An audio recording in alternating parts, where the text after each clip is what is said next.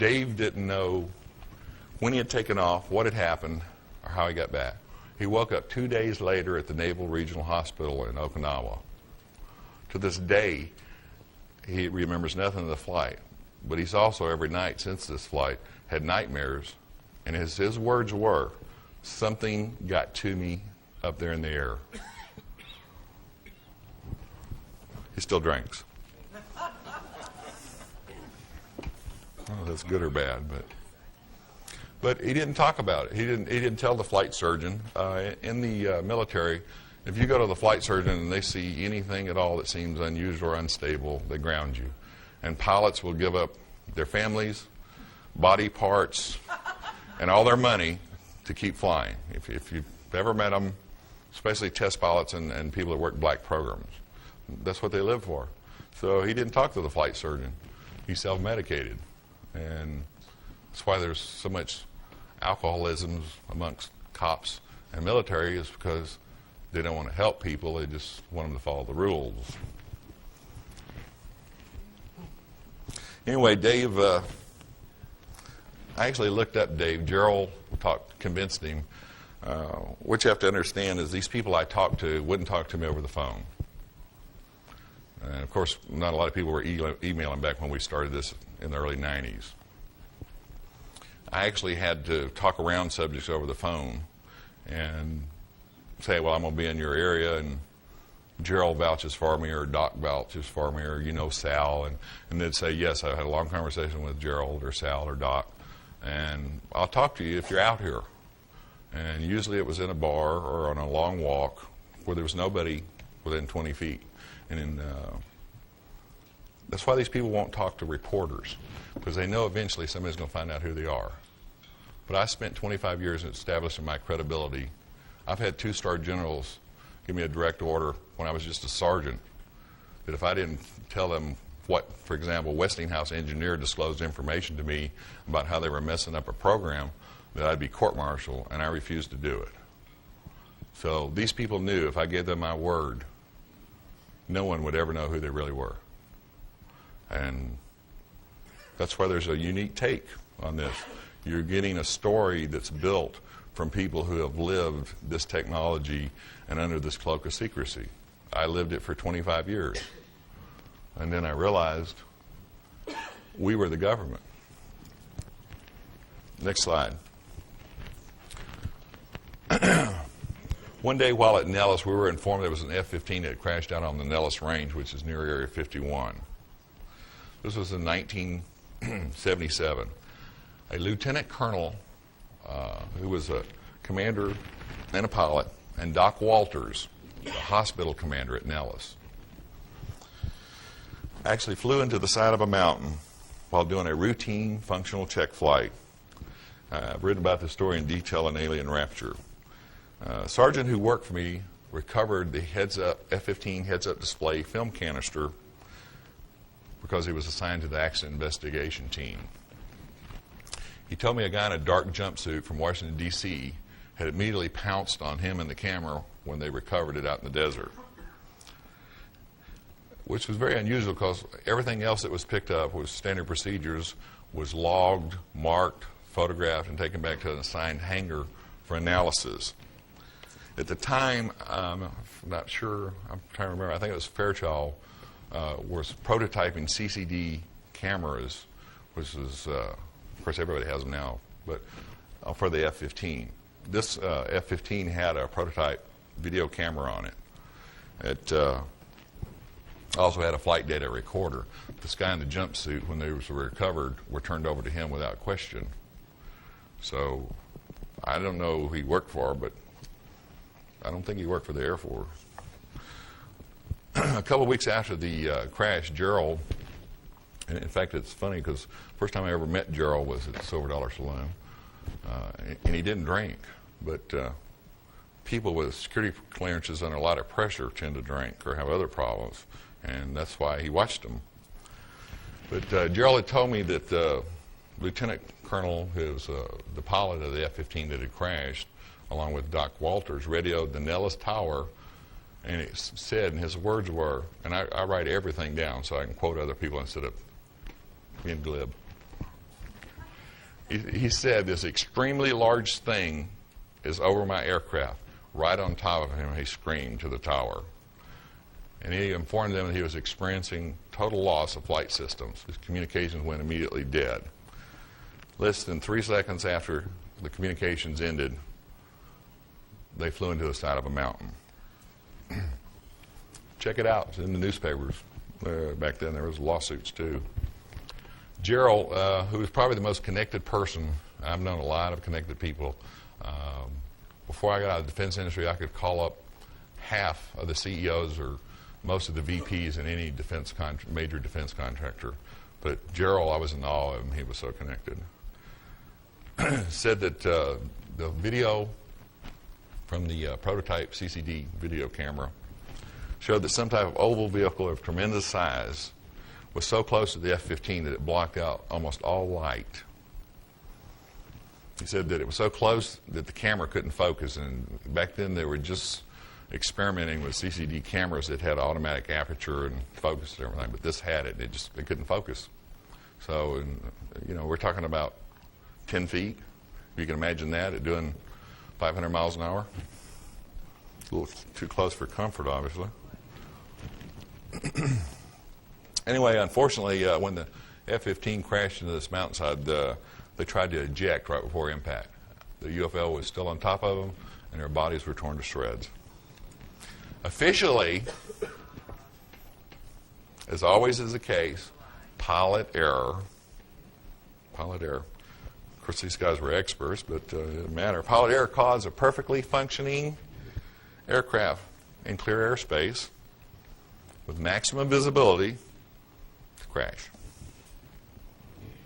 These are just some of the type of stories that I was given and have used in Alien Rapture.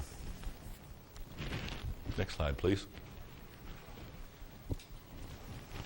Nevada calls itself the Silver State, the Battleborn State, and the Sagebrush State. A more appropriate motto would be the Conspiracy State.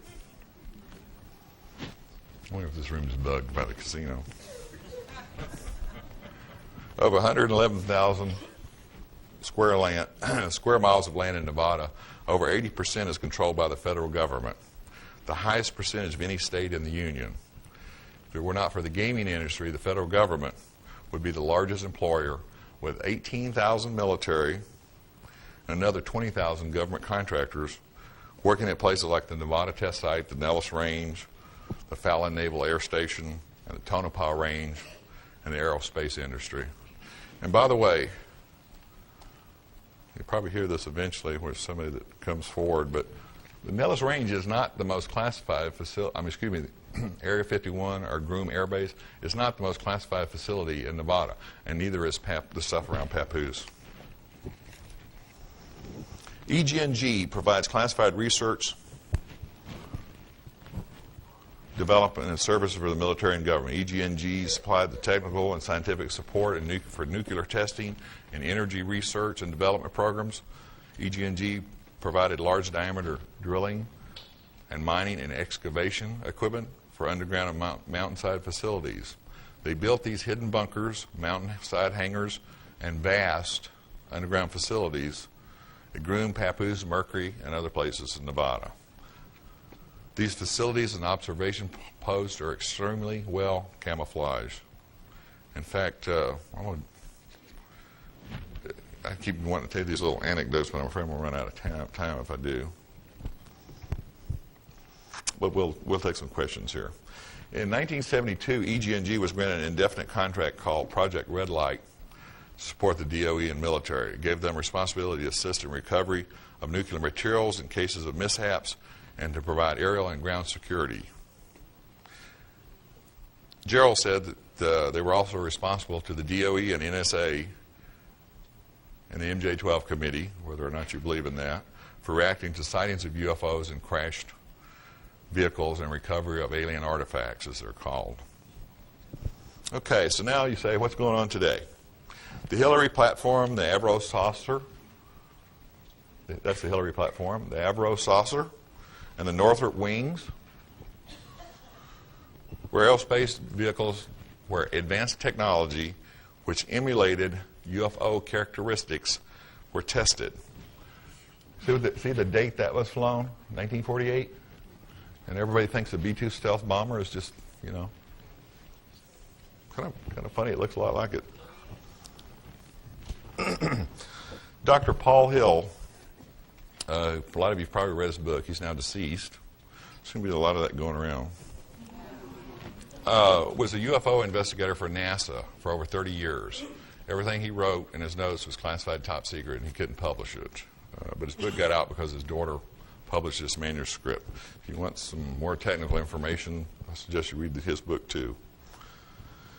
Lockheed's Advanced Development Projects Division, known as the Skunk Works, developed the A-12 for the CIA. What's really funny is 30 years after they built the SR-71, it broke the land speed record from L.A. to New York in 1 hour and 4 minutes. And it still didn't fly its max classified speed or altitude. Area 51, the Groom Air Base facilities, has a 6-mile-long runway, the longest in the U.S. The Department of Defense and the CIA used it for the Air Force's most exotic vehicles. You ask why a 6-mile-long runway? Well, up until the SR-75, the vehicles that came after that, you need a runway with high takeoff speeds because they also have very high landing speeds. They have 75-degree or more radical swept-back wings, but the newer vehicles don't need long runways. So they've moved out of Groom. My sources estimate that up to 35% of SDI funding was siphoned off to provide primary expenditures for the Air Force's most secret black program ever, which started in 1982. For those that haven't already figured it out, the Aurora program is not a vehicle. The Aurora program is a code name for the ongoing project to research and develop advanced aerospace vehicles. And there have been a number of them, and we'll get to that. For the last few years, high-tech buffs have speculated at least one new and exotic aerospace vehicle existed, the SR-75, the first operational Aurora program vehicle, went operational after 2 years of flight testing in 1989. The top-secret SR-75 is a hypersonic strategic reconnaissance spy plane called the Penetrator. It is a mothership, which I'm getting into here. Hypersonic speeds, by the way, start at Mach 5. The SR-75 replaced the SR-71. Now, this thing's been flying operational for 9 years. This is old technology. The new SR-75, I call it new because it's new to a lot of people, is capable of positioning anywhere in the world in less than 3 hours. It carries multispectral sensors such as optical, radar, infrared, and laser. The SR-75 far exceeded the classified military speed and altitude records of the old SR-71. The SR-75 has attained altitudes of over 120,000 feet and speeds exceeding Mach 5 or 5 times the speed of sound. That's over 3,300 miles per hour. From takeoff to landing, the 75 can make a round trip from central Nevada at the time to northeast Russia and back in under 3 hours. I suggest if you're in a hurry, don't take the Concorde. You can everybody read that in the back? It's 162 feet long and 98 feet wide. The belly stands 10 feet off the ground. I know, Gerald was 6'5", and with his